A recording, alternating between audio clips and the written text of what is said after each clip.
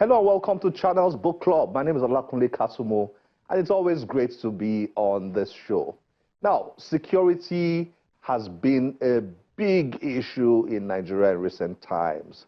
Kidnappings, terrorist attacks, bandits, etc. It's been a major problem, particularly in the northern parts of the country. And people are worried, justifiably so. People are really worried. What's going on? The government needs to attack the security issue more aggressively, more strategically, and, do it properly. Well, one of the guests we've had on this show is a man who is very qualified to talk on security issues. And not only has he been talking, he has written a book that every stakeholder needs to read. We've featured this book on the show before. It's titled Scars, and the author is no other person than former Chief of Defense Staff, General Lucky Irabor. Now, this is a compelling book that I think people really need to pay attention to. He's been on the show to discuss it, and we made a promise to you when we aired that interview. We said more of it to come. Well, this is the day we fulfill that promise. Enjoy this conversation with General Lucky Irabor. I'm talking about aspects of that interview you had an opportunity to watch because we had just very limited time. Enjoy this.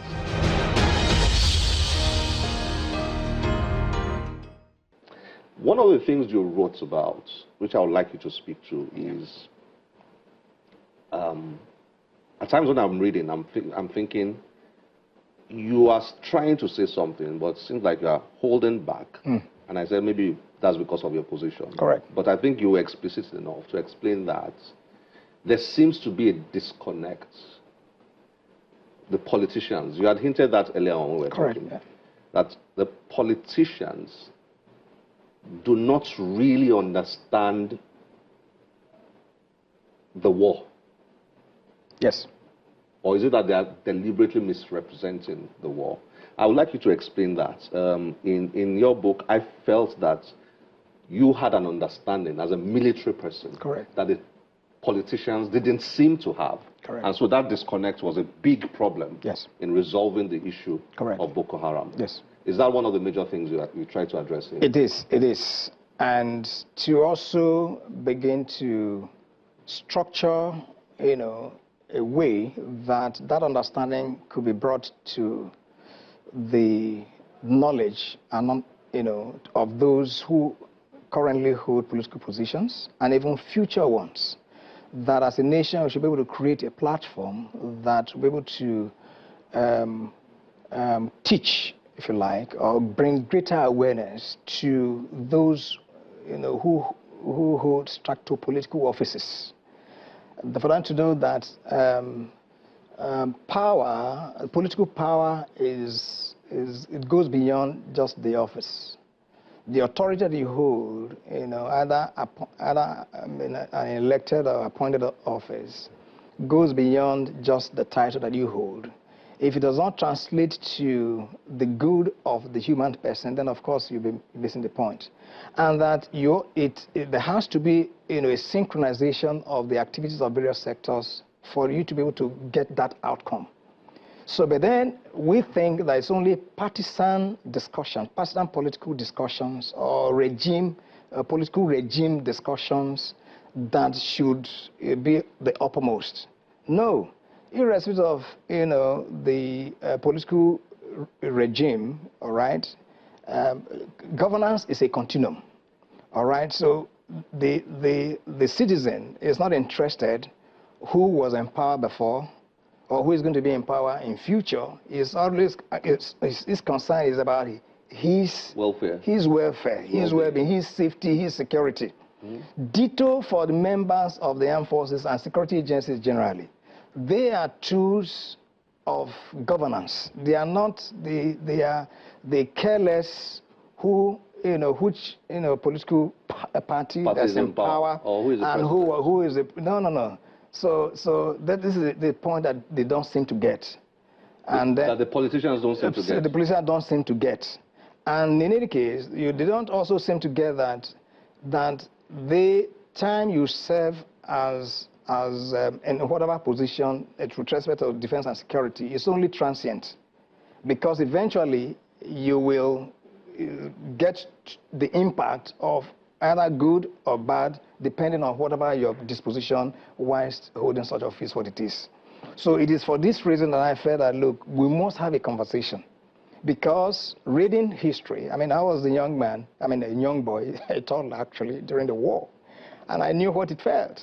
I mean, and then the stories afterwards when I grew up, when I started growing up, and then when I also got into the army, and then began to know my right from my left, and then also, you know, had discussions with some other people, read books, and then I said, oh, perhaps this is where our problem lies.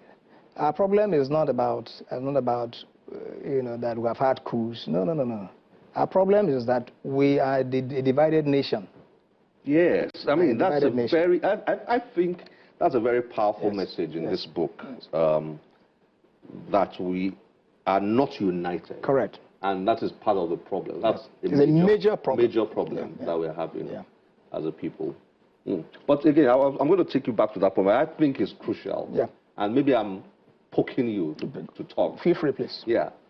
So what is the practical implication or outcome of that ignorance? Okay, now, part of the book, you know, earlier on in this conversation, I did tell you about, or I did tell you about my interaction with, you know, the general that I took over office from, who I was then, you know, responsible to as the Chief of Defense Training and Operations. I'm talking about General Lonishaki. And so all the things I said I advised that he should do, which he did, I realized that I'm now in that office. so why wait for your subordinates to then tell you to do a few things? So I took it upon myself to meet the president at the time of blessed memory, and I told him that, look, I appreciate, you know, the appointment. We've never met before now, and I'm delighted for the confidence that you reposed in me, and that I want to do this. I want you as Commander-in-Chief, and I need you to know the combat efficiency level of the armed forces that you superintend. I'm the Chief of Defense Staff. You know, I mean, I'm so on and so forth. And then, of course, we did that, and I mentioned in part, and the result was quite revealing. So I also realized that, you know, political office holders, if they are not seized of the nuances of the challenges that you have, you know, asking them to resource appropriately, you know, your needs will be a challenge. Yeah. So this is where we are. Sometimes you listen to those, especially those in the National Assembly, when they speak to some of, you know, the things that they've done to be able to capacitate, if I may use that word, the military and security forces, and that they have enough. I say you are wrong, because you don't know. I mean, it's like, you know, if, for example, you know, there's a need for 10 naira. All right, well, maybe today, in today's Nigeria, when you say 10 naira, you think 10 naira is a small amount of money. Let's say 10,000 naira. And then you bring out 500 naira. 500 naira is plenty of money. And you say that's enough. And you say, look, you're giving enough. Because and then you relegate it to money. You think that money, so when you say you have given so much, you ask, what is so much relative to what? You must, until you know the problem, then you cannot tell how you can. That does not also obviate the need for accountability, for you to be able to monitor and to see that what these gentlemen are saying is right or wrong. Because the impression we laymen who are just there, I mean, we are not in the military, we are not in politics, the impression we have is that the military is giving so much money and so much, I mean, security votes and all that. So you have so much, so how come, why are you not winning the war? Okay, so I asked you this question. If you, I don't know how many meals you've had today, that you've eaten today, does that mean you will not eat tomorrow? So that you ate food, is that sufficient to bring you to the office? The food is for you to first of all survive. Then you cannot think, how do I get to the office? And when you get to the office, it's not you sitting in this studio. There are cameras, there are things that are working just because you are there. So that somebody decided now to fund your feeding, funded your transportation to the office, and then maybe bought cameras. If that's not what is going to transmit what you are doing here to the world, I don't know. Mm-hmm. So, on the other hand, you could also make available all the cameras, all the signal links to the rest of the world, and yet you that are supposed to undertake this program, you are in your house, you are not feeling well. I mean, I'm just for the sake of discussion, yeah. And you have not been able to come to the office. How will you transmit what was intended for good to the world? I mean, that's the analogy I can give. Mm-hmm. So, but then, so at the end of the day, it is a discussion that so that you don't just assume. You don't just assume. It is like today, if you pass through all our roads, you see many of our road potholes everywhere. Does that mean government is not spending money? You know how much has been, pumped into it. But until you ask those who are responsible, and they're able to tell you why some of these potholes are there. Why is it that our air transportation system is the way it is? Why is it that different aspects of our government, why is it like that? Mm-hmm. Is money not being voted for them? So, but then, until you ask us questions, and then they also tell you.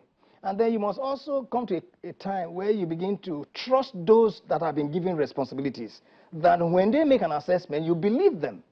Yeah. And not to assume that, I mean, that's also part of the problem that we have as a people.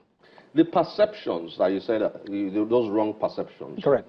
That you noted, which you wrote quite a number of them. Correct. I would like you to mention two of the most common misconceptions that people have out there about the Boko Haram situation. Okay, first, people think that Boko Haram, that government is behind it. The government is behind Boko Haram. Even I didn't write that. People think the government is behind it. Yeah, some of us thought. Because embarrassingly, I mean, I'm joking, but it's a very common, correct, common thing out there. But for me, I don't blame them. Why? Because if the problem has stayed with you for so long, all right, and you also have a government, then it stands to reason that government, those are things. So that's a misconception. It's a misconception. The government is not. No. It can't be behind it. But then there are problems of bad governance that Boko Haram has taken advantage of. Okay. One of which is that each time we see certain actions of individuals, all right, which run counter to the constitutional provisions, government should rise up to be able to condemn it and deal with it. That's exactly why rule of law also comes in. But where there is a challenge in that sense, then onlookers will think that it is not free for all. That is exactly why Boko Haram, part of the reason why Boko Haram has persisted. Another thing, which is also a sub-chapter that I wrote there, as part of the reasons why Boko Haram activities still persist, all right, is the fact that there are a few politicians, all right. Today, APC is in power at the national level, all right. So other, parties that are not in power may want to use security issues to, make score a point that look, the government is not doing enough. This is exactly what APC did long ago. When PDP was in power. When PDP was in power. Today, Boko Haram has not gone. Meaning that, using security, as a basis for your political campaigns is not the way to go, because you are not wearing the shoe, you don't know where it pinches. So many politicians end up, using that as a basis for their campaign, which is wrong. Whereas security issues that affect everyone, the assessment must be more detailed, must not be personalized, must not be, The objective. it should be objective rather than being subjective. I also mentioned that.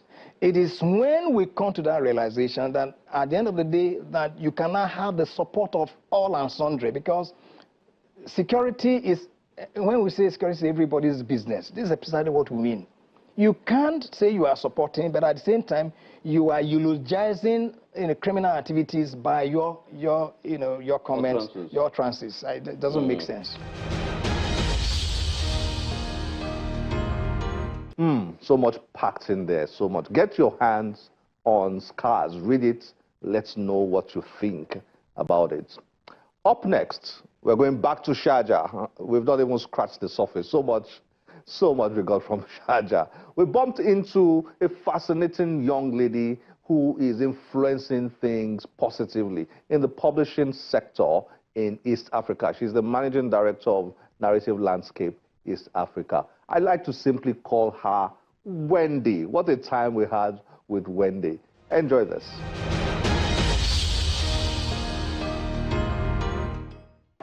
Wendy, thanks for your time. Thank you, Kunle, for having me. Good to have you. It's a pleasure. Yeah. Is there a message the book fair is passing across to you? I'm getting a whole lot of messages in my head as I walk through the aisles and see everything going on. Yeah. Is there a message? For me, first of all, it's very mind-blowing. It's very overwhelming in a good way. I've been like a child in a candy store, running around, checking out everything. So for me, I see the intentionality, the seriousness with which books, reading, and their contribution to our culture, to our people's identity, to well-being, to life. It's such a dignifying thing to see multiple government involvement. Yes. Yeah, that's like interesting. right now we're sitting across a stand labeled King Abdulaziz Foundation, likely the Saudi government initiative. Yeah.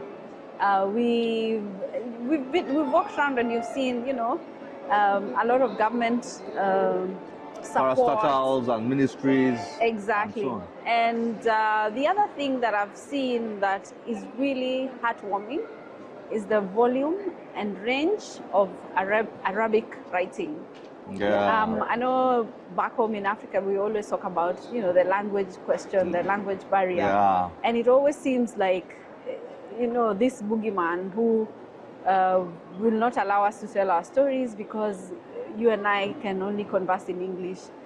But what stops you from writing and getting a vibrant publishing industry in all the 2,000 languages that we have? Who says we cannot do that? There's a lot of lessons that we can carry back home, and it's clear that you need all stakeholders to really invest, not just verbatim, by way of speaking, but in word and in deed, in books, and in a reading ecosystem. And a fair is such a good demonstration of that, this particular fair. So what's happening in Kenya?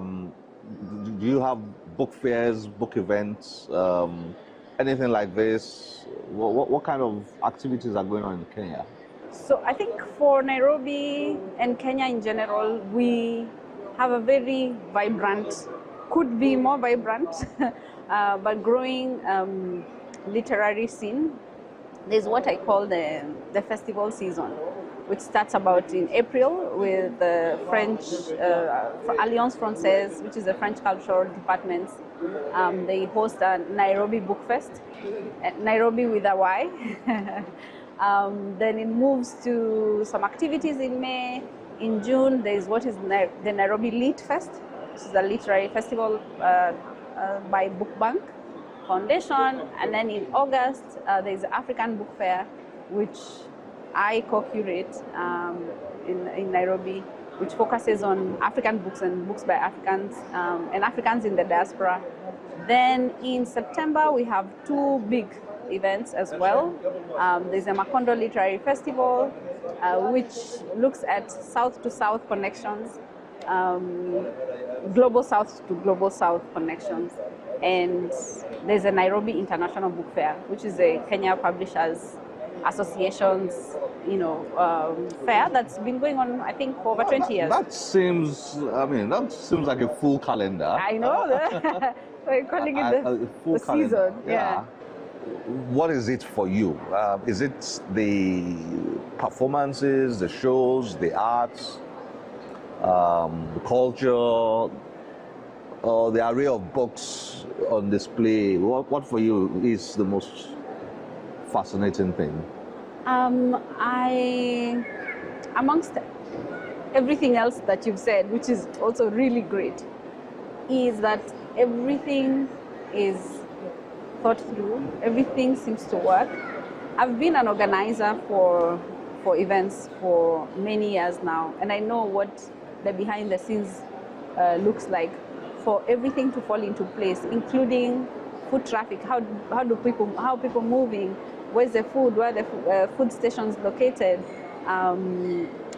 Parking facilities, access, information. As I was coming to Sharjah from Dubai the other day, I noticed there's a lot of adverts, billboards. So you can tell there's a great machinery behind the work. And for me, that kind of operational excellence and execution, yeah. So Wendy, can you describe the work you're trying to do in Kenya, in the publishing industry? I know you are in partnership with Narrative Landscape. I know you are doing a whole lot of things over there in Kenya. What's going on? What's the story? So I have always been a child that read. So I think I've been primed from from birth to be fascinated by this industry. But formally, I got into book retail, about 11 years ago, and then went on to become an entrepreneur, open a bookstore in Nairobi about 5 years ago, and now I'm a publisher. So I keep adding to the plate. And for me, the fascination has always been the idea that the power of stories, right? Yeah. The power of stories to do so many things, to travel, to validate, to inspire, to insert the blank, right? And so therefore the book becomes such a beautiful not Pandora's box. What do you call the genie? Genie bottle or something. Genie bottle, yeah. So that's how I view a book. And the drive to go into publishing came as a result. First of all, the drive to open a bookstore was as a result of seeing a gap in the market in Kenya, and that was the books that are on shelf were very Western leaning. They did not, most of them, quite a number of them, did not tell stories about us, did not have stories written by people like me in a country that's 99.9%. I'm making this statistic up, but a majority of people that look like me and you, it's very jarring, yeah.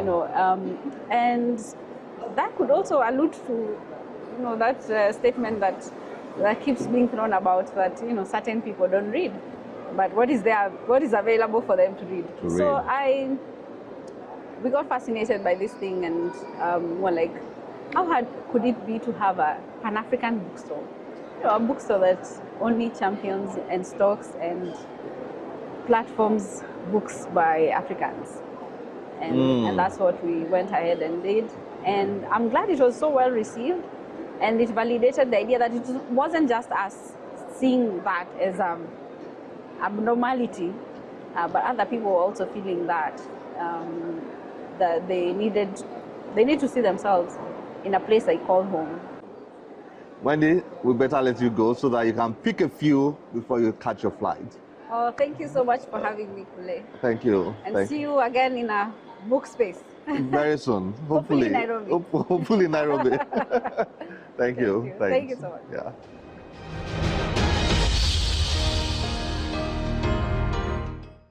Well, always great to hook up with people who are doing things in the publishing space in Africa. And it's exciting to see that there's collaboration between Nigeria and Kenya. We need to get the publishing landscape in Africa to world-class level. It's so, so important.